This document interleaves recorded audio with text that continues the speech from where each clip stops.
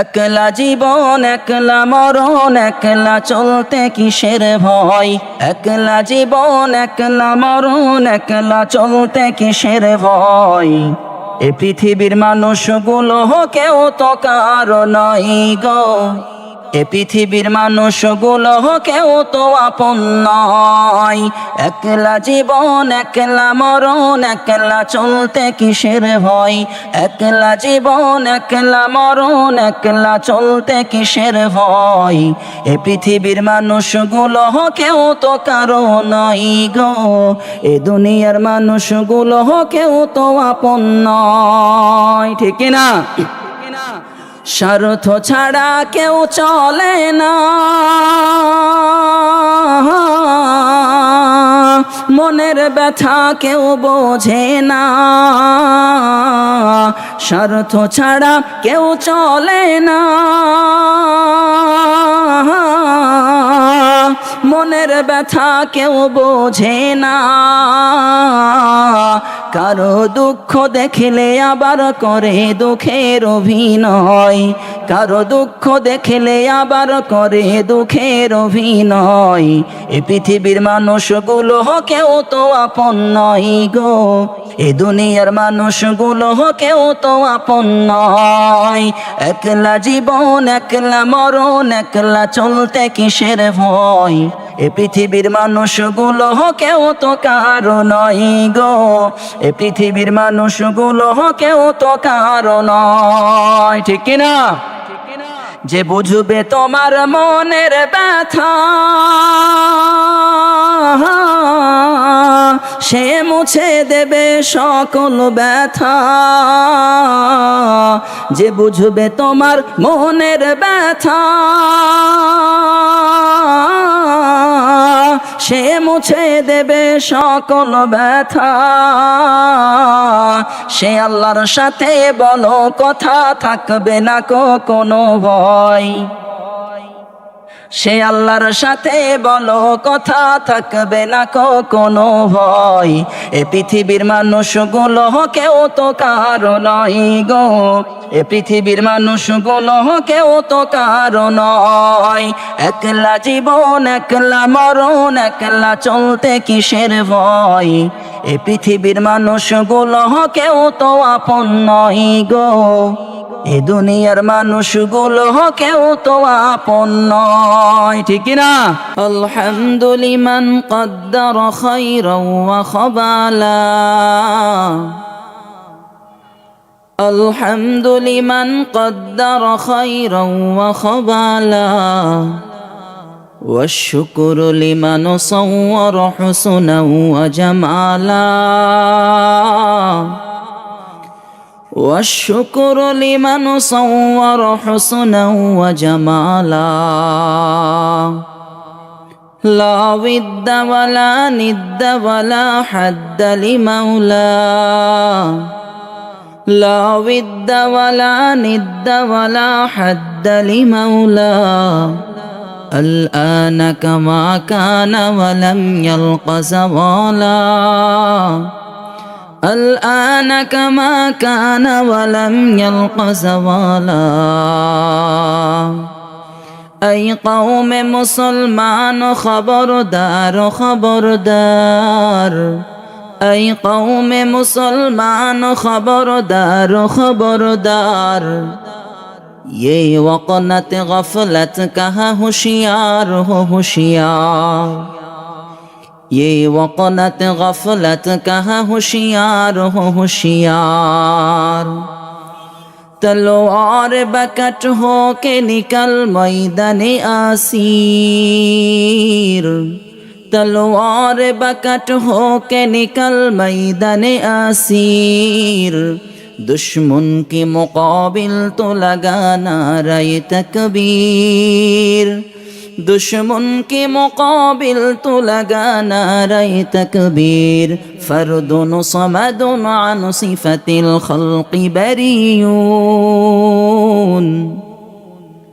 फर्दुन समदुन अन सिफतिल खल्क़ि बरीयून. रब्बुन अज़लियुन खलक़ल खल्क़ कमाला. রব্বুন আযালিয়ুন খালাকাল খালকা কামালা।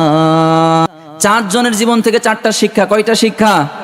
আমার সাথে কথা বলতে হবে। কয়টা শিক্ষা? চারজনের জীবনে থেকে চারটা শিক্ষা আমাদের ভিতরে থাকলে আমাদের পরিবর্তন করা লাগবে, ঠিক কি না? এক নম্বরে ফেরাউন। এক নম্বরে কি? আরো জোরে বলেন, এক নম্বরে কি? হয় নাই, আরো জোরে, এক নম্বরে কি?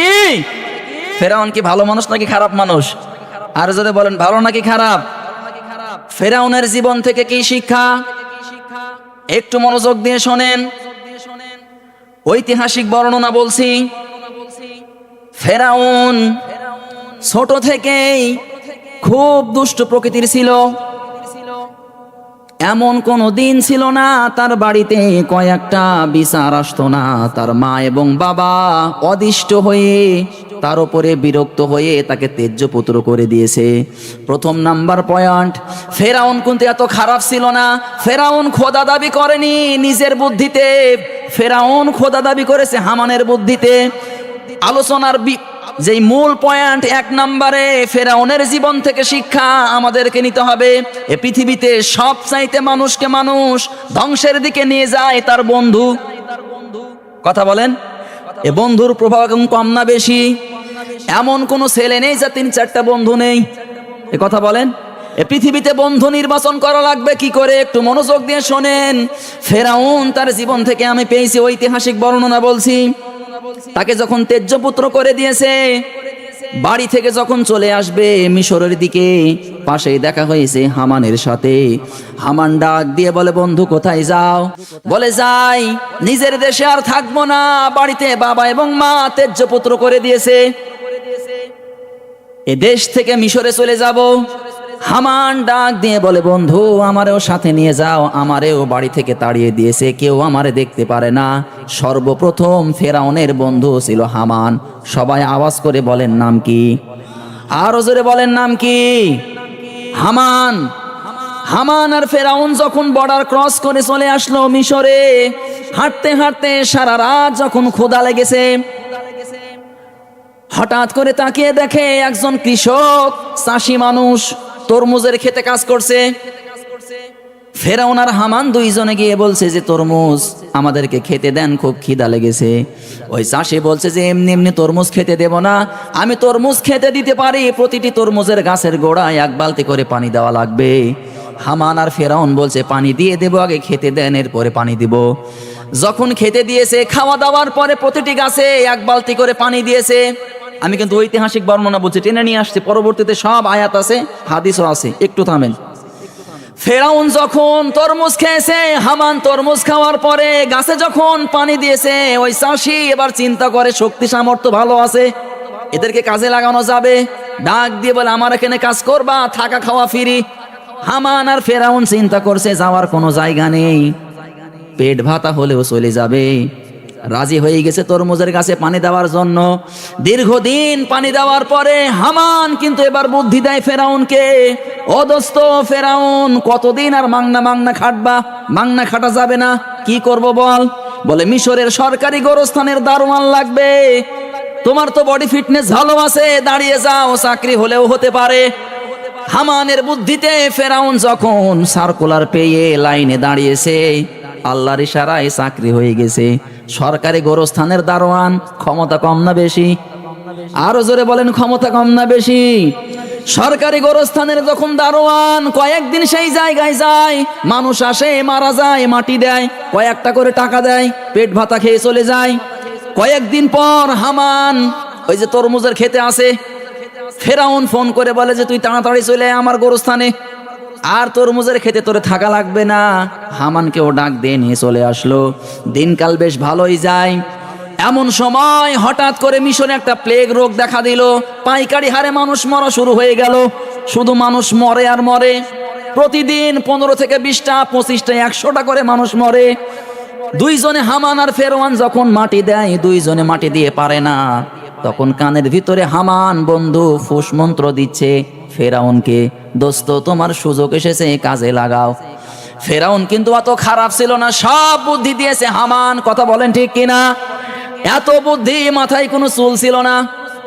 হামান সব যখন বুদ্ধি দেয়, ফেরাউনকে ডাক দিয়ে বলে, বন্ধু সুযোগ এসেছে, কাজে লাগাও। বলে কি কাজে লাগাবো? বলে তুমি কি দেখো না কত মানুষ লাশ নিয়ে দাঁড়িয়ে আছে, এরা সব বড় লোক মানুষ, টাকা পয়সাওয়ালা মানুষ। তুমি ঘোষণা দিয়ে দাও যে টাকা আগে বেশি দিবে তার লাশ আগে মাটি দিয়ে দেব। গোরস্থানে সর্বপ্রথম মরা মানুষ নিয়ে ব্যবসা শুরু করেছিল, তার নাম কি বলেন তো? হামান আর ফেরাউন। আরে ভাই, আমি গতকালকে মাহফিল করেছি, আমার কিছু মনে হয় না কথা বলতে কি ভয় লাগে নাকি? সর্বপ্রথম গোরস্থানে মরা মানুষ নিয়ে ব্যবসা করেছে হামান আর ফেরাউন।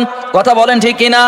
আমাদের বাংলাদেশের জঘন্য রাজনীতি, মানুষ মরে যাও এরপরও ব্যবসা করে। কথা বলেন। এই সমস্ত মানুষগুলো হামান এবং ফেরাউনের উত্তরসূরি কিনা আমি জানি না, তবে সাবধান, মানুষ মরে গেলে তার শেষ যে বিদায়টা ইসলামিক রীতিনীতি হওয়া দরকার। কথা বলেন ঠিক কিনা? কানের ভিতরে যখন ফোঁস মন্ত্র দিয়ে দিল, ফেরাউন ঘোষণা দিয়ে দিল, যেহেতু সরকারি গোরস্থানের মেন দায়িত্বে আছে, টাকা আগে যেই বেশি দেবে তার লাশ আগে মাটি দিয়ে দেব। যারা বড় লোক মানুষ, টাকা পয়সাওয়ালা মানুষ, লাশ নিয়ে আর কতক্ষণ কাঁধে দাঁড়িয়ে থাকবে? নেবে 10,000 টাকা, যেখানে নিত 10 টাকা, ফেরাউন ঘোষণা দিয়েছে 10,000, লাশ নিয়ে কতক্ষণ দাঁড়িয়ে থাকবে? দিয়ে দে। এইরকম করে হাজার হাজার টাকার মালিক ফেরাউন হয়ে গেল। এবার হামান আবার বুদ্ধি দেয়, দোস্ত এত টাকা তুমি কি করবা? খরচ করেও তো শেষ হবে না, এ টাকাগুলো খরচ করা যাবে না, টাকাগুলো ছেড়ে দাও সমাজে, আসল টাকা থেকে যাবে, আর বাকি যে টাকা মাসে মাসে আসবে ইন্টারেস্ট। এ কথা বলেন রে ভাই, এটাকে আমাদের সমাজে কি বলে? এটা আগে থেকে চলে আসছে ফেরাউনের জামানা থেকে। আল্লাহ রাব্বুল আলামিন কোরআনুল কারীমের ভিতরে জানিয়েছেন, ইয়া আইয়ুহাল্লাযীনা আমানু লা ইয়াকুলুর রিবা আদআফান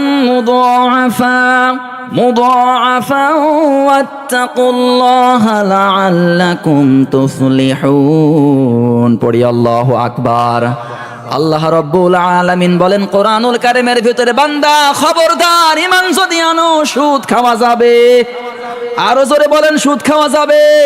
বাংলাদেশের অনেক মুসল্লি আছেন নামাজ পড়ার পরও সুদ খায়। কথা বলেন ঠিক কিনা?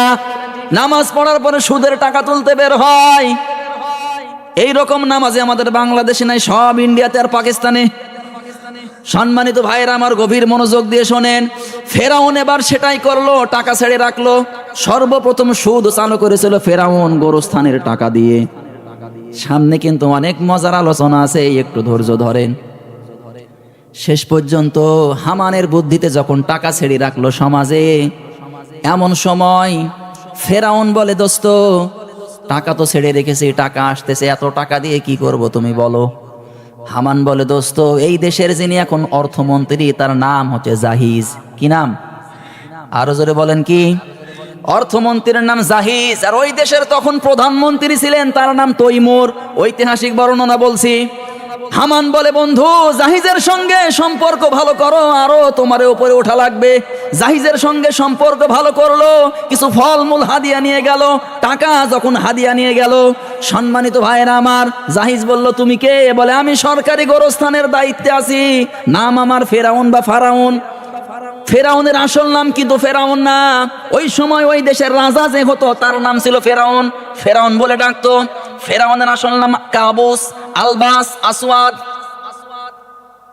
জাহিজের সঙ্গে সম্পর্ক যখন ভালো হয়ে গেল, কিছুদিন পর জাহিজ যখন মারা গেল, পৃথিবীর জমিন থেকে বিদায় নিল, ওই সময় তৈমুর দেশের প্রধানমন্ত্রী ভোটের ব্যবস্থা করলো, আমার অর্থমন্ত্রী লাগবে। হামান বলে, বন্ধু টাকা পয়সা তোমার আছে, তুমি ভোটে দাঁড়িয়ে যাও। হামান বলে, বন্ধু টাকা পয়সা আছে, ভোটে দাঁড়িয়ে যাও। ফেরাউন বলে, কে আমারে ভোট দিবে? বলে, দেবে, টাকাই ভোট দিবে। যেহেতু টাকা আগেই ছেড়ে রেখেছিলে, সব মাফ করে দাও, শুধু আসল টাকা নিয়ে নাও। গোপনে গোপনে সবাইকে বললো, তোদের টাকা মাফ, শুধু ভোটটা দিস, তাহলেই হবে। ফেরাউন বিপুল ভোটে ফেল করেও পাস। এ কথা বলে, বিপুল ভোটে ফেল করেও যখন পাশ হয়ে গেল, সরাসরি অর্থমন্ত্রীর চেয়ারে বসে হাজির। কোথায় ছিল দেখেন তো? হামানের বুদ্ধিতে যখন অর্থমন্ত্রীর কাছে হাজির হয়ে গেল চেয়ারে, শেষ পর্যন্ত ফেরাউন হামানকেও টান দিয়ে নিয়ে চলে আসলো, তুই আমার ডান হাত, তোর জন্য আজকে আমার অর্থমন্ত্রীর চেয়ার। অনেক লম্বা কথা, আমি আর ওদিকে যাচ্ছি না, খুব মনোযোগ দিয়ে শোনেন। এরপরে ফেরাউন যখন অর্থমন্ত্রীর দায়িত্বে পেয়ে গেল, আচ্ছা বলেন তো বাংলাদেশে যদি কোনো মূর্খকে এমনি ভালো মানুষ আমাকে যদি বলে তোকে চেয়ারম্যানের দায়িত্ব দিলাম, ওই কাজ কি আমার? এই কথা বলেন, আমার কাজ কোথায়? মসজিদে ময়দানে, কথা বলেন ঠিক কিনা? আমি রাজনীতি বুঝি না, কিন্তু যখন কোনো বেকুবকে নমিনেশন দেওয়া হয়, ও ক বুঝে না, ব বুঝে না, ও দেশের কি করতে পারবে আমারে বলেন দেখি? আর ক্ষমতা এমন একটা জিনিস, ক্ষমতা পাওয়ার পরে আগে মোবাইল ব্যবহার করতো মাত্র 20,000 টাকা দাম, ক্ষমতা পাওয়ার সাথে সাথে 2 লাখ টাকা দাম। জুতা ব্যবহার করতো 200 টাকা, আর জুতা ব্যবহার করে 20,000 টাকা। তো ওই জায়গায় যদি একজন চোর বসায়, খেতেই পায় না, ও তো চুরি করবেই। এ নাকি খারাপ বলছে নাকি বলেন? সম্মানিত ভাইয়ের আমার, সেই যখন অর্থমন্ত্রীর দায়িত্ব পেয়ে গেল, কৌশলে ফেরাউন কিন্তু ওই যে তৈমুর সব সময় লেনদেন করে পৃথিবীর জমিন থেকে, তৈমুরকেও কৌশলে পৃথিবীর জমিন থেকে ফেরাউন সরিয়ে দিল। কথা বলেন ঠিক কিনা? এইরকম কৌশলে মানুষ সরিয়ে দেয় কি দেয় না? বাংলার জমিনে দলমত নির্বিশেষে আল্লামা দেলোয়ার হোসেন সাইদি, আমি জানি না, হয়তো বাংলাদেশের কিছু মুনাফিক মার্কা মানুষগুলো মেডিকেলে নিয়ে গিয়ে ইনজেকশন পুশ করে বাংলার জমিন থেকে কৌশলে বিদায় করেছে। কথা বলেন ঠিক কিনা? এইগুলো হচ্ছে ফেরাউনের উত্তরসূরি। কথা বলেন। সম্মানিত ভাইরা আমার, ফেরাউন যখন একেবারে প্রধানমন্ত্রীর দায়িত্বে, হামান বলে বন্ধু তোমারে আরো উপরে ওঠা লাগবে। ফেরাউন বলে উপরে আর জায়গা নেই, সর্বোচ্চ জায়গা প্রধানমন্ত্রী। কথা বলেন। ওই সময় কিন্তু ফেরাউন রেগে গিয়েছিল, বেটা বেয়াদব, কত উপরে উঠতে বলিস আমারে। সব কিন্তু বুদ্ধি দিচ্ছে কে বলেন তো দেখি? হামান। পৃথিবীর জমিনে অনেক বন্ধু আছে, বুদ্ধি দেয়, দোস্ত 2 লাখ টাকা দাও, 10 দিন পর তোমার ব্যবসা দাঁড় করিয়ে দেব। 10 দিন পরে বন্ধু 2 লাখ টাকা নিয়ে বাংলাদেশে আর নাই দুবাইয়ে। কথা বলেন। এই যে বন্ধু, ফেরাউনের জীবন থেকে শিক্ষা হচ্ছে, বন্ধু যদি করতে হয়, মান তাশাব্বাহা বিকওমিন ফাহুয়া মিনকুম, যার সঙ্গে যার সাদৃশ্য মিলবে কিয়ামতের মাঠে তার সঙ্গে তার হাসর হবে। বন্ধু যদি হয় আপনার ডাইলখোর, গাঁজাখোর, নেশাখোর, আর আপনি কর্মী নামাজি, আল্লাহ যদি দেখে কিয়ামতের মাঠে আপনার নেতা ডাইলখোর আর আপনি নামাজি, নেতা যদি জাহান্নামে যায়, কর্মী কোথায় যাবে বলেন? কথা মনে বুঝাতে পারছি না আমি? সম্মানিত ভাইয়েরা আমার, একেবারে যখন প্রধানমন্ত্রীর চেয়ারে, ফেরাউন বলে বেটা তোমারে আরো উপরে ওঠা লাগবে। ওই দিন ধমক দিয়ে বলেছিল, খবরদার, কত উপরে উঠবো বল? ছিলাম বাপ মায়ের তেজ্য পুত্র সন্তান, এরপরে এলাম তরমুজের ক্ষেত, এরপরে গোরস্থান, এরপরে অর্থমন্ত্রী, এরপরে প্রধানমন্ত্রী, আর কত উপরে উঠবো? তখন হামান বলেছিল, বন্ধু এবার তুমি দাবি করো আনা রব্বুকুমুল আলা, পড়েন নাউযুবিল্লাহ। ওই সময় ফেরাউন বলেছিল, বেটা বেয়াদব, এখনো আসমানি কিতাবের জ্ঞান সমাজে চলে, এখন যদি আমি খোদা দাবি করি কেউ কিন্তু আমারে মানবে না।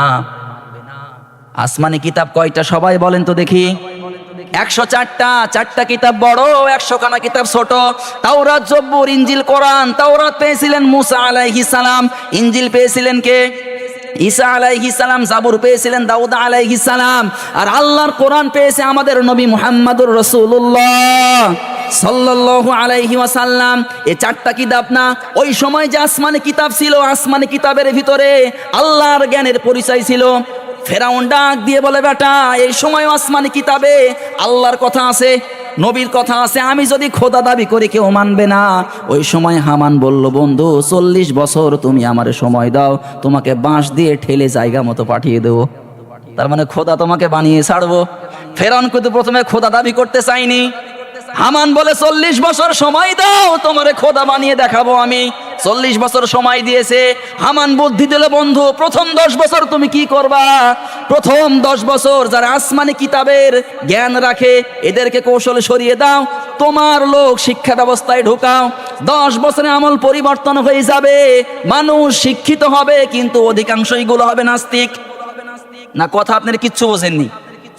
আমি যদি 10 বছর নামাজ না পড়াই, রোজা যদি না রাখি, দাড়ি যদি কেটে ফেলি, 10 বছরে এরকম করে চললে আমার ভিতরে ঈমান থাকবে?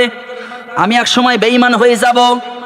হামান বলল, বন্ধু 10 বছর যারা আসমানি কিতাবের জ্ঞান রাখে তুমি তাদেরকে সরিয়ে দাও, আর তোমার শিক্ষা ব্যবস্থায় লোকজন ঢোকাও, তোমার যা মনে চাই তাই তুমি পড়াও।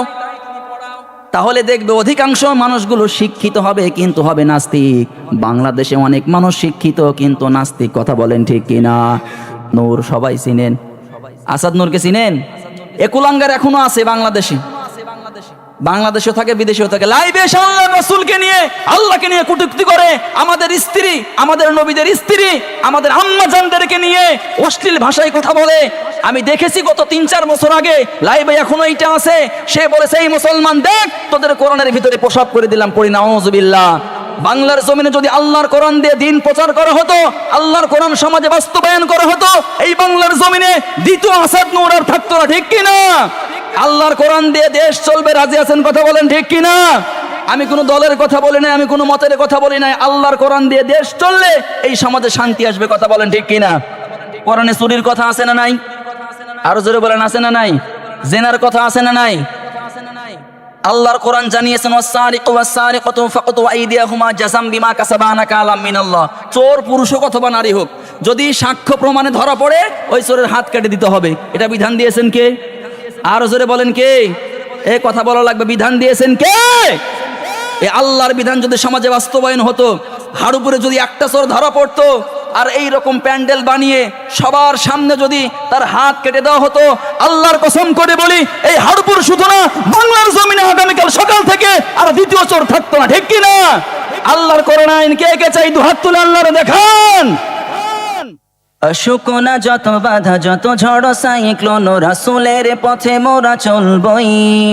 এই জীবন বাজি রেখে দিনের নিশান মোরা বাংলার আকাশে উড়াবই, ঠিক না? শুকনা যত বাধা, যত ঝড় সাইক্লোন, রাসূলের পথে মোরা চলবই। এই জীবন বাজি রেখে দিনের নিশান মোরা বাংলার আকাশে উড়াবই। মোরা কামানের মুখোমুখি দাঁড়িয়ে, মোরা কামানের মুখোমুখি দাঁড়িয়ে আল্লাহু আকবার বলবো।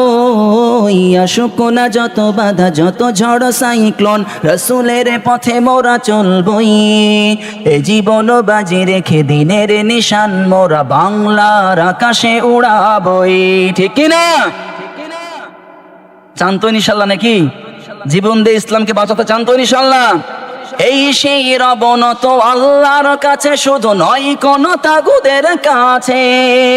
কেদো না মাগো, যেতে দাও যেতে দাও আল্লাহওয়ালাদের সাথে, আল্লাহওয়ালাদের সাথে। জীবনের এই অমানিসা সত্যের আলো দিয়ে টোটাবই। শুকনা যত বাধা, যত ঝড় সাইক্লোন, রাসূলের পথে মোরা চলবই। এই জীবন বাজি রেখে দিনের নিশান মোরা বাংলার আকাশে উড়াবই। পড়ি আমিন, আর জোরে পড়ি আমিন। এইবার ফেরাউন তাকে যখন বুদ্ধি দিল, আস্তে করে জীবন ব্যবস্থা থেকে ওই ইসলামী আইনের যে সমস্ত আলেম ছিল তাদেরকে সরিয়ে দিয়ে তার লোক ঢুকিয়ে দিল। দ্বিতীয় 10 বছরে কি করলো এবার দেখেন। দ্বিতীয় 10 বছরে এবার হামান বুদ্ধি দিচ্ছে, বন্ধু তুমি দ্বিতীয় 10 বছরে কি করো? যারা আসমানি কিতাবের জ্ঞান রেখেছিল ওদেরকে জেলখানায় বন্দী করে দাও, এদেরকে হত্যা দিয়ে দাও, আর ট্যাগ দিয়ে দাও রাজাকার, দুর্নীতিবাজ, সাদাবাজ। কারণ এরা যদি থাকে বাইরে, তোমার মিশন সাকসেসফুল হবে না। বাংলার জমিনে যারা তাগুদি মতবাদ, শিরকি মতবাদ এই বাংলার জমিনে প্রতিষ্ঠিত করতে চেয়েছিল, আল্লাহর কসম করে বলি এই পৃথিবীর জমিনে আল্লাহর রহমত আছে, আল্লাহর বরকত আছে। বাংলার জমিন আলেম ওলামাদের জমিন, কথা বলেন ঠিক কিনা? এই বাংলার জমিনে কোনো শিরকি মতবাদ থাকতে পারে না, কথা বলেন। যখন ফেরাউনকে বলল তুমি এই কাজটা করো, তাদেরকে যখন জেলখানার ভিতরে ঢুকিয়ে দিল 10 বছরে, আর বলল হামান যে দোস্ত এদেরকে এমনি ছেড়ে দেওয়া যাবে না, এদেরকে ফাঁসি দিয়ে দাও, আর ফাঁসি দিয়ে দেওয়ার আগে এদেরকে রাজাকার ট্যাগ লাগিয়ে দাও। কারণ পরবর্তী প্রজন্ম যখন আসবে তাদেরকে দেখে যাতে তারা ঘৃণা বোধ করে। বড় হুজুর যদি এরকম হয় তো ছোট হুজুর কি, কথা বলেন ঠিক কিনা? মানে ভালো একটা ধারণা তাদের প্রতি থাকবে না, এজন্য আলেম ওলামাদেরকে দেখতে পারবে না। আল্লাহর নবী জানিয়েছেন বাইহাকি শরীফের হাদিস, উলামাহুম শাররুম মিন তাহতিহিম আদিমিস সামাই মিন ইনদিহিমা তাখরুজুল ফিতনা ফীহিম তাউদ, রাওয়াহুল বাইহাকি। শেষ জামানার আলেম ওলামাদেরকে সম্মান দেওয়া হবে না, মানুষ সম্মান দিবে না, কারণ কিছু আলেম টাকার কাছে বিক্রি হয়ে যাবে, কথা বলেন ঠিক কিনা? বাংলার জমিনে 1,20,000 50,000 করে টাকা নেয়। আমি ছোট মানুষ, দুঃখের বিষয় বলছি, আমি নিজে কথা বলেছি, 1,20,000 ছাড়া আসবে না। 1,20,000 ছাড়া আসবে না। এখানে অনেক তাদের ভক্ত থাকতে পারেন, আমার কথায় রাগ করিয়েন না, আল্লাহর কসম করে বলে। এই জন্য আজকে আমাদের বাংলাদেশের তাফসীর প্রোগ্রামগুলোতে মানুষ আর আসছে না। ইমামদের আলেমদের তো হেদায়েত নাই, তারা কি মানুষকে হেদায়েত দেবে বলেন? তারা কি মানুষকে হেদায়েত দেবে? এজন্য মানুষ, সমাজের মানুষ আলেম ওলামাদেরকে ভালো চোখে আর দেখে না, ভিক্ষার নজরে দেখে। তৃতীয় 10 বছরে কি করলো? হামান বুদ্ধি দিচ্ছে বন্ধু, তৃতীয় 10 বছরে তুমি নারী পুরুষ একসাথে করে দাও। নারী পুরুষ যখন একসাথে হয়ে যাবে, অবাধ মেলামেশা হবে, আর যারোর সন্তান তৈরি হবে। চতুর্থ 10 বছরে এই জারোর সন্তানগুলোকে তুমি এক জায়গায় করো। ওই সময় জারোর সন্তান জন্ম 20,000, কত হাজার? 20,000। প্রথম 10 বছর থেকে জারোর সন্তান জন্ম দেওয়া শুরু হয়েছে, আর লাস্টের 10 বছর থেকে ওয়েট করতে করতে সময় হলো কত বছর? 20 বছর। 20 বছরের তাগড়া যখন জারোর সন্তানগুলো, যুবকগুলো, এইবার হামান বলে বন্ধু, এইবার তুমি দাবি করো আনা রব্বুকুমুল আলা, যারা তোমাকে রব বলে মানবে তাদেরকে ছেড়ে দাও, আর যারা মানবে না ওই জারোর সন্তানগুলোকে দিয়ে তাদেরকে পৃথিবীর জমিন থেকে বিদায় করে দাও। আমার আলোচনা কি আপনারা বুঝতেছেন? ইনশাল্লাহ আলোচনা কি বুঝতেছেন? সম্মানিত ভাইরা আমার, এইবার দেখেন কি হয়। আমি লাস্টে একবারে বলছি, আল্লাহ যখন ধরে তখন বান্দাকে আর ছাড় দেয় না, কথা বলেন ঠিক কিনা? শেষ পর্যন্ত ফেরাউনকে নীল নদে আমার আল্লাহ চুবিয়ে মেরেছে। আল্লাহ রব্বুল আলামিন যখন নীল নদে তাকে চুবাচ্ছিলেন, আমার দিকে কান খাড়া করেন, ফেরাউনকে যখন নীল নদে চুবাচ্ছিলেন, ওই সময় ফেরাউন ডাক দিয়ে বলে আল আন আমানতু বিল্লাহ, আল্লাহ আমি ঈমান আনলাম। আল্লাহ তাআলা বলেন আল আন, এখন, ওয়াকাদ আসাইতা ক্বাবলু ওয়া কুনতা মিনাল মুফসিদিন ওয়া কুনতা মিনাল ফাসিকিন, তুই সবচাইতে বড় স্বৈরাচার ছিলি, আর এখন কোনো উপায় নেই, এখন তুমি ঈমান আনছো, আমি আল্লাহ তোকে মাফ করব না। শেষ পর্যন্ত শুটকি বানিয়ে রেখেছে, কথা বলেন ঠিক কিনা? তার পতন হয়েছে তার বন্ধুর কারণে, কথা বলেন। পতন হয়েছে কার কারণে? বন্ধুর কারণে। আর আল্লাহ তাআলা পৃথিবীর জমিনের মানুষকে দৃষ্টান্ত দেওয়ার জন্য তার লাশটা এখনো শুটকি বানিয়ে রেখেছে, কথা বলেন ঠিক কিনা? বাংলার জমিনে যারা ফেরাউনের মতো আচার করছে, আল্লাহর কসম করে বলি, এদেরও শেষ পরিণতি এরকম হবে। যদি আলেম ওলামাদের সঙ্গে ভালো আচরণ না করতে পারে, বাংলার জমিনে যদি ইসলামকে অপছন্দ করে, আল্লাহর রাসূলকে অপছন্দ করে, আল্লাহকে নিয়ে কটূক্তি করে, ফেরাউনের যেই দশা হয়েছে এই সমস্ত মানুষদেরও এই অবস্থা হবে, কথা বলেন ঠিক কিনা? তাহলে বন্ধু নির্বাচন করা লাগবে জেনে বুঝে নাকি আন্দাজে? কথা বলেন, জেনে বুঝে নাকি আন্দাজে? আপনি 10 জন নামাজি ব্যক্তির সাথে ঘোরেন, 11তম ব্যক্তি আপনি হবেন নামাজি। 10 জন চোরের সাথে ঘোরেন, আপনি 11 নম্বর চোর হবেন। 10 জন ব্যবসায়ীর সাথে ঘোরেন, আপনি 11 নম্বর ব্যবসায়ী হবেন। আল্লাহর নবী এমনি বলে নাই মান তাশাব্বাহা বিকওমিন ফাহুয়া মিনকুম, সাদৃশ্য যার সঙ্গে মিলবে কিয়ামতের মাঠে তার সঙ্গে উঠবে। এখন যদি বন্ধু নাই পান তো একলা চলা লাগবে। কি করা লাগবে? কথা বলেন, একলা চলা লাগবে। জীবন দিয়েছে একটাই, কথা বলেন ঠিক কিনা? কবরে যাওয়ার সময় বন্ধু কবরে যাবে?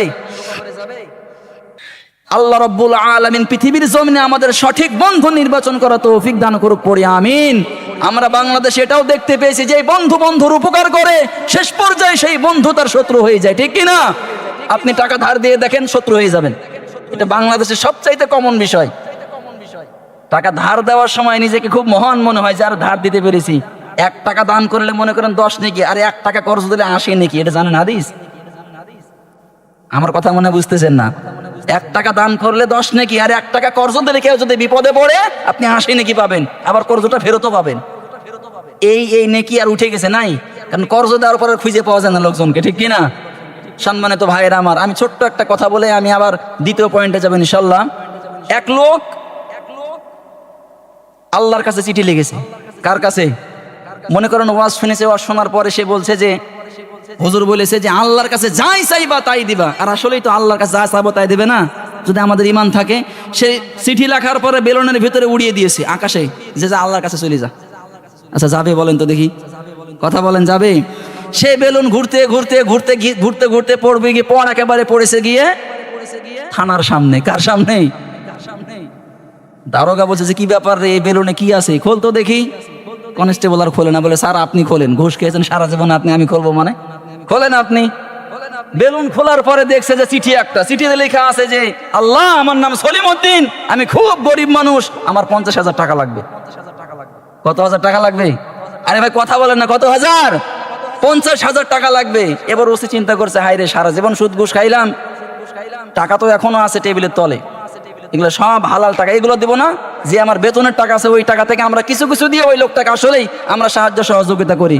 এইবার সবাই মিলে কিছু টাকা তুলে টাকা উঠেছে 30,000। কত হাজার? আরে কথা বলেন না রে ভাই। টাকা উঠেছে 30,000। কত হাজার? 30,000 টাকা উঠেছে।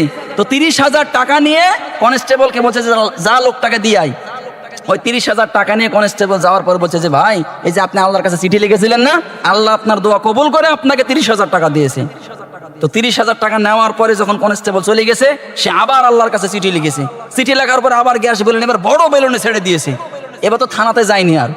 তো মানুষ মনে করছে কি ব্যাপার রে, এই যে বেলুন উড়েছে, কিসের বেলুন এটা? থানাতে খবর দেওয়ার পরে ওরা এসেছে, আবার সে বেলুন নিয়ে গেছে থানাতে। থানাতে নিয়ে যাওয়ার পরে বেলুন খুলে দেখে আবার আরেক চিঠি। ওই লোকই চিঠি লিখেছে। কি লিখেছে? ওই লোকে চিঠি লিখেছে। সে লিখেছে যে আল্লাহ, আমি সলিমউদ্দিন তোমার কাছে টাকা চাইলাম, তুমি নিজেই দিতা, তুমি নিজেই আমার টাকা দিতা, অথবা জিব্রাইলের মাধ্যমে পাঠাতা। তুমি পুলিশের হাতে কেন দিলা? তুমি দিয়েছো 50,000, 25,000 মেরে দিয়েছে, 25,000 আমারে দিস। কথা মনে হয় বোঝেননি। 25,000 মেরে দিয়ে 25,000 আমারে দিয়েছে, অথচ পুলিশ তাকে সাহায্য করলো। ঠিক কিনা? তাহলে এখান থেকে আমরা কি বুঝলাম বলেন তো দেখি? উপকার করলো যে সেই তাকে শত্রু বানিয়ে দিল। ঠিক কিনা? তো পৃথিবীর জমিনে বন্ধু বানাতে হলে নির্বাচন করে বন্ধু বানানো লাগবে। ঠিক কিনা? আপনার সন্তান কার সঙ্গে ঘুরে, কার সঙ্গে যায়, সে সন্তানগুলো কেমন, এগুলো আমাদেরকে খেয়াল রাখতে হবে। যদিও এখন আমাদের বাংলাদেশটা জটিল একটা বাংলাদেশ, ছেলে মেয়েকে আর কন্ট্রোল করা যাচ্ছে না, ছেলে মেয়েকে আর কন্ট্রোল করা যাচ্ছে না। তাহলে 1 নম্বরে পেলাম আমরা কি? বন্ধু নির্বাচন। 1 নম্বরে কি পেলাম? বন্ধু নির্বাচন। 2 নম্বর শিক্ষা হচ্ছে আব্রাহার থেকে। আব্রাহার ছিল লোভ, আর 2 নম্বরে ছিল মানুষের কাঁধে দোষ চাপিয়ে দেওয়া। এই আব্রাহা থেকে শিক্ষা হচ্ছে লোভ করা যাবে না, আর কারো কাঁধে খারাপ মন্তব্য দোষ চাপিয়ে দেওয়া যাবে না। একটু মনোযোগ দিয়ে শোনেন, আব্রাহার জীবন থেকে কি শিক্ষা আসছে, খুব মনোযোগ দিয়ে শোনেন। আল্লাহ রাব্বুল আলামিন বলেন, আলাম তারা কাইফা ফাআলা রাব্বুকা বিআসহাবিল ফিল। পড়ি আল্লাহু আকবার।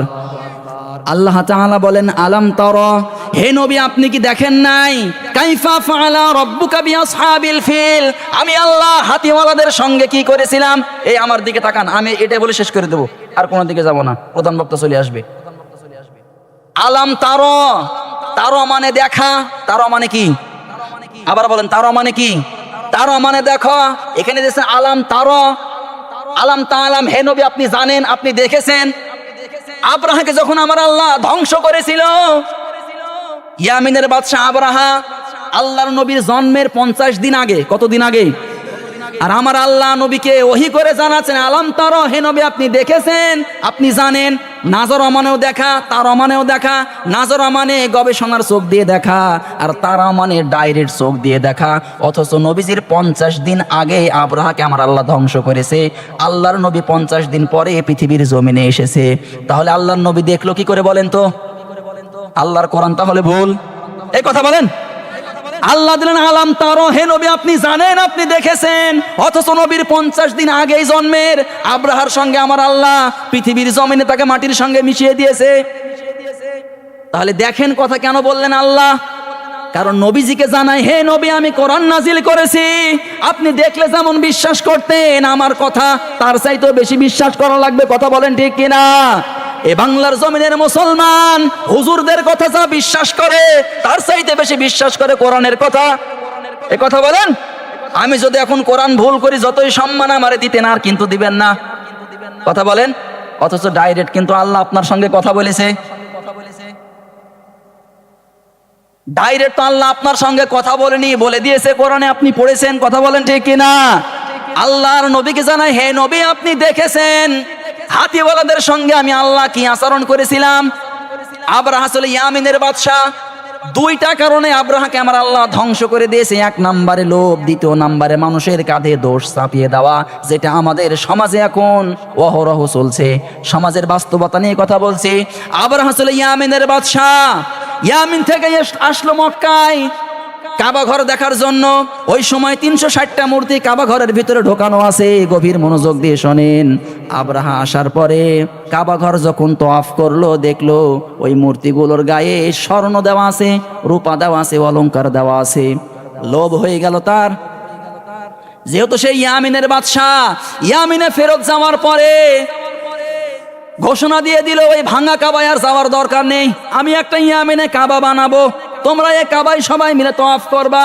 ওই সময় আবরাহা, এই যে সূরা ফিলের আপনি ঐতিহাসিক বর্ণনাগুলো পড়বেন পেয়ে যাবেন, ইয়ামিনের বাদশাহ আবরাহা ইয়ামিনে যাওয়ার পরে যখন কাবা বানিয়েছে, একটা মনের মাধুরী দিয়ে কাবা তৈরি করেছে, ওই কাবার আদলে কাবা বানিয়েছে, হীরা জহরত মণি মুক্তা যা লাগে সব কিছু দিয়ে সাজিয়েছে। আর কাবার নাম দিয়েছে কুলাইজ। কি নাম? সবাই বলেন। আবরাহা যে ইয়ামিনে কাবা বানিয়েছিল সেই কাবার নাম হলো কুলাইজ। ঢোল পিটিয়ে দিল, ওই কাবায় যাওয়ার দরকার নেই, আমার কাবায় তোমরা তওয়াফ করবা, এই জায়গায় তোমরা হীরা জহরত মণি মুক্তা যা পারো দিবা, ওইখানে আর যাওয়ার দরকার নেই। আল্লাহর কি ইশারা, ওই কাবায় আর কেউ তওয়াফ করেনি। রাত্রিবেলা 7-8 জন যুবক ওর কাবার ভিতরে ঢুকে পায়খানা করে দিয়েছে। একজন যদি পায়খানা করে কতটুক হবে? 7 জনের পায়খানা। এবার বলেন দেখি, আন্দাজ আসছে নাকি? সকালবেলায় আবরাহা যখন কাবা ঘর খুলেছে তওয়াফ করার জন্য, দেখে কাবা থেকে গন্ধ বের হয়, পায়খানা দেখে মাথা হয়ে গেছে খারাপ। হীরা জহরত মণিমুক্তা গুলো সব খুলে নিয়ে কাঠ খড় দিয়ে নিজের কাপাগে আগুন লাগিয়ে দিয়েছে। লোকজনকে ডাকিয়ে দেখায়, দেখো ওই কাবার যারা দায়িত্বে আছে আব্দুল মুত্তালিব, ওই সমস্ত মানুষগুলো রাতের আধারে আমার কাবাকে তারা আগুন লাগিয়ে পুড়িয়ে দিয়েছে। আচ্ছা বলেন তো, নিজের ঘরের কাবাকে আগুন লাগিয়েছে? নিজে আগুন লাগিয়েছে, কথা বলেন ঠিক কিনা? আল্লাহ রাব্বুল আলামিন বলেন, ওয়া মাইয়াকসিব খাতিআতান আও ইসমান সুম্মা ইয়ারমি বিহি বারিআন ফাকাদ ইহতামালা বুহতানাও ওয়া ইসমান মুবিনা। পড়ি আল্লাহু আকবার। পৃথিবীর জমিনে এমন কিছু মানুষ থাকবে, নিজে অন্যায় করবে, নিজে অপরাধ করবে, এরপরে যখন অন্যায়টা করা হয়ে যায় একটা ভালো মানুষ খোঁজে, একটা হুজুর খোঁজে, একটা মুয়াজ্জিন খোঁজে, সমাজের একটা নিরীহ মানুষ খুঁজে, এরপরে তার কাঁধে দোষটা চাপিয়ে দিয়ে নিজে সাধু সাজে। এইরকম মানুষ আমাদের বাংলাদেশে নাই। আর জোরে বলেন, বাংলাদেশে নাই। এই সমস্ত মানুষের চরিত্র যারা আবরাহার ভাইরা ভাই, তারা কথা বলেন ঠিক কিনা? আবরাহা কিন্তু এই চরিত্রের মানুষ ছিল। নিজের কাবা নিজে আগুন লাগিয়ে দিয়ে নাম দিয়েছে কোন কাবার লোকের? আসল কাবার লোকের। সবাইকে নিয়ে বলছে, চলো এবার যাবো ওই কাবা ভাঙার লাগায়, ওই কাবা ভাঙা লাগবে, সবাই চলো। যদিও যেতে ইচ্ছা করছে না, যেহেতু বাদশাহ, যাওয়াই লাগবে। কথা বলেন ঠিক কিনা? বাংলাদেশে অনেক মানুষ মিছিলে যেতে চায় না, টাকা দিয়েছে 500, যাওয়াই লাগবে। কার মিছিল করতে এসেছে তাও জানে না, কির জন্য মিছিল করবে তাও জানে না। বলে, ভাই আপনি কেন এসেছেন মিছিলে? বলে, এমনি, টাকা দিয়েছে 500, যাওয়া লেগেছে। সবাইকে নিয়ে যখন কাবা ঘর ভাঙার জন্য আসলো, 60,000 হাতির বহর নিয়ে এসেছে। সবাই বলেন কত হাজার? 60,000 হাতির বহর নিয়ে এসেছে আবরাহা। ইয়ামিনী থেকে যখন রওনা দিয়েছে, ওয়াদে মুহাসসার নামক জায়গায়, যারা হাজী সাহেব তারা দেখেছেন, ওই জায়গায় এসে হাতি থেমে গেছে। হাতিদের কিন্তু একটা নীতি আছে, যেই হাতি মেন হাতি সামনের দিকে আগাবে, ওই হাতিকে সবাই কিন্তু ফলো করবে। কথা বলেন ঠিক কিনা? আমার আল্লাহ জানিয়েছে হাতিকে, ওই হাতিটার নাম হলো মাহমুদ। আল্লাহ বলেন, ও মাহমুদ, এইটা আমার ঘর কাবার, তুমি আমার সৃষ্টি প্রাণী, খবরদার কাবার দিকে যাতে কোনো ক্ষতি না হয়। হাতি কথা শুনবে কার বলেন তো দেখি? আর জোরে বলেন, হাতি কথা শুনবে কার? এই কথা বলার সঙ্গে সঙ্গে মাহমুদ যখন বসে গিয়েছে, পেছনে যত হাতি ছিল 60,000 সবাই কিন্তু বসে পড়েছে। আবরাহা এবার হাতিকে পিটায়, হাতি কিন্তু উঠতে চায় না। যত পিটায় হাতিকে, হাতি উঠতে চায় না, হাতি রক্তাক্ত হয়ে যায়। কারণ হাতি চিনে আল্লাহর কাবা। কথা বলেন ঠিক কিনা? একটা বন্য প্রাণী হাতি আল্লাহর ঘর কাবা চেনে। আর বাংলাদেশের এমন কিছু মুসলমান আছে, শুধু জুমার নামাজে মসজিদ চিনে, বাদ বাকি সময় চেনে না। কথা বলেন। এক লোকের গরু শুধু মসজিদে চলে আসে, মাঝে মাঝেই ছুটে যখন মসজিদে আসে, মুসল্লিরা খেপে বলে, বেটা তোমার গরু মাঝে মাঝেই মসজিদে কিন্তু আসে, তুমি কি বেঁধে রাখতে পারো না? ওই লোকটা বলে, বেঁধে তো রাখি, ও তো অবলা জানোয়ার, এই জন্য মসজিদে আসে, ওর কোনো বুদ্ধি নেই। তুমি আমাকে কোনোদিন দেখেছো মসজিদে? আমি তো অবলা না, আমার বুদ্ধি আছে। কথা মনে বুঝাতে পারছি না? অনেক শিক্ষিত মানুষ, চার দোকানে দেখবেন শুধু হাদিস আর হাদিস, এত হাদিস জানে, ওর কাছে টেকাই যায় না, অথচ মসজিদে নামাজে পাওয়া যায় না। আমি মনে হয় খুব কষ্ট করে কথাগুলো বলছি না? সম্মানিত ভাইয়েরা আমার, গভীর মনোযোগ দেন। হাতিকে যখন পিটায়, হাতি কিন্তু উঠতে চায় না, কারণ হাতির কথা শুনেছেন আমার আল্লাহ, কথা বলেন ঠিক কিনা? এইবার আব্রাহা চিন্তা করলো যে না, কাবার যে মেন দায়িত্বে আছে তার নাম আব্দুল মুত্তালিব, নবীজির দাদা। ওই সময় আল্লাহর নবী কিন্তু পৃথিবীর জমিনে আসেনি। আমার আল্লাহ সব ওহী করে নবীকে জানাচ্ছেন। আব্দুল মুত্তালিবের উট ছিল, ভেড়া ছিল, দুম্বা ছিল, সবগুলো আব্রাহা আটক করে রেখে দিয়েছে। খবর দিয়েছে মুত্তালিবকে ডাক দাও। মুত্তালিব আসার সময় মুলতাজিম দরজায় চাবি রেখে দিয়েছে। ওই জায়গায় যে হাত দিয়ে আল্লাহর কাছে দোয়া করবে, সেই দোয়া আমার আল্লাহ কবুল করবে। যখন আব্দুল মুত্তালিব চাবিটা ওই মুলতাজিম দরজায় লাগিয়ে দিয়ে আল্লাহকে ডাক দিয়ে বলে, রব্বুল আলামিন, কাবার মালিক তুমি একজন আছো, আমি বিশ্বাস করি। আব্রাহা কাবা ঘর ভাঙার জন্য এসেছে। এই যে 360টা মূর্তি কাবা ঘরের ভিতরে ঢুকানো আছে, এদের কোনো ক্ষমতা নেই, কোনো পাওয়ার নেই। এরা কিন্তু কাবা রক্ষা করতে পারবে না। তোমার কাবা তুমি রক্ষা করো, তোমার হাতেই চাবি দিলাম। অথচ কিন্তু আব্দুল মুত্তালিব মুশরিক। আল্লাহ তাআলা বলেন, ওমা আকসারু ইউমিনু বিল্লাহি ইল্লা ওয়া হুম মুশরিকুন। অনেক মুশরিক আল্লাহকে বিশ্বাস করত, কিন্তু তারা শিরক করত। এইবার যখন আব্দুল মুত্তালিব আসলো, আসার পরে বলে, আব্রাহা কি ব্যাপার, কিসের জন্য ডেকেছো? আব্রাহা বলে, কি ব্যাপার, তুমি যে বুক ফুলে আমার কাছে আসছো, তোমার কি ধারণা নেই আমি ইয়ামিনের বাদশা, কাবা ভাঙার জন্য এসেছি? আব্দুল মুত্তালিব বলে, আব্রাহা উট আমার, ছাগল আমার, ভেড়া আমার, এইগুলো আমারে ফেরত দাও। কাবার মালিক আমি না, যার কাবা সে দেখে নেবে। সুবহানাল্লাহ বলতে পারেন না? যার কাবা সে দেখে নেবে, এগুলো আমি, আমার মালিক আমি, উটের মালিক আমি, এগুলো আমার ফেরত দাও। তোমার মন চাইলে কাবা ভাঙবা নাকি কি করবা, সেটা তোমার দায়িত্ব। আল্লাহ রাব্বুল আলামিন এবার সহ্য করতে পারলেন না। ওয়া আরসাল আলাইহিম তায়রান আবাবিল। কোথায় আবাবিল পাখি? জাহান্নাম থেকে 3টা করে পাথর নিয়েছে। সবাই বলেন কয়টা? আরো জোরে বলেন কয়টা? 3টা করে পাথর নিয়েছে, 2টা 2 পায়ে আর একটা মুখে। 60,000 হাতির বহর। কার গায়ে কোন পাথরটা পড়বে, তার বাপের নাম, তার নাম, তার দাদার নাম সব লেখা ছিল। জাহান্নাম করে 3টা পাথর নিয়েছে। 3টা পাথর নিয়ে যখন আবাবিল পাখি এক একটার উপরে ফেলে, হাতি কোনটা, মানুষ কোনটা, কিচ্ছু খুঁজে পাওয়া যায় না, সব মাটির সঙ্গে মিশিয়ে দিয়েছেন। তিনি কে? আর জোরে বলেন, তিনি কে? ও দুনিয়ার মুসলমান, আব্রাহাকে আমার আল্লাহ ধ্বংস করে দিয়েছেন 2টা কারণে। 1 নম্বরে লোভ, 2 নম্বরে মানুষের উপরে অপবাদ দেওয়ার জন্য। কথা বলেন ঠিক কিনা? বাংলার জমিনে যাদের উপরে অপবাদ দেওয়া হয়েছে, এরা যদিও মুসলমান, কিন্তু আব্রাহার ভাইরা ভাই। এই কথা বলেন। সম্মানিত ভাইয়েরা আমার, লোভ করা যাবে? আর জোরে বলেন, লোভ করা যাবে? লোভ করা যাবে না। মানুষের উপরে অপবাদ দেওয়া যাবে না, কিন্তু আমাদের সমাজে অপবাদ আর লোভটা বেশি এসেছে। আল্লাহ আমাদের হেফাজত করুক, পড়ি আমিন।